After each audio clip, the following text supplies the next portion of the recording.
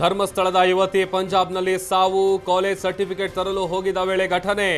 Aerospace ಉದ್ಯೋಗಿ ಸಾವಿನ ಸುತ್ತ ಅನುಮಾನದ ಹುತ್ತ. ಕಾಶ್ಮೀರದಲ್ಲಿ ಅಡಗಿರುವ ಉಗ್ರರ ಸಂಹಾರಕ್ಕೆ ತಲಾಶ್, ಜಮ್ಮುವಿನ ಪೂಂಚ್ ಪ್ರದೇಶದ ಹಲವೆಡೆ ಸರ್ಚಿಂಗ್.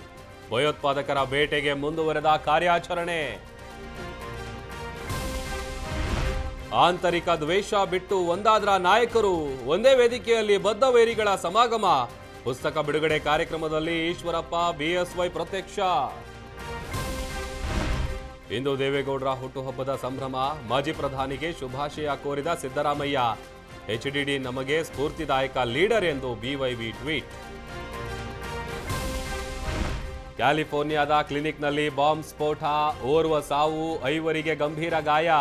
ಅಗ್ನಿಶಾಮಕ ದಳದಿಂದ ಮುಂದುವರೆದ ರಕ್ಷಣಾ ಕಾರ್ಯ.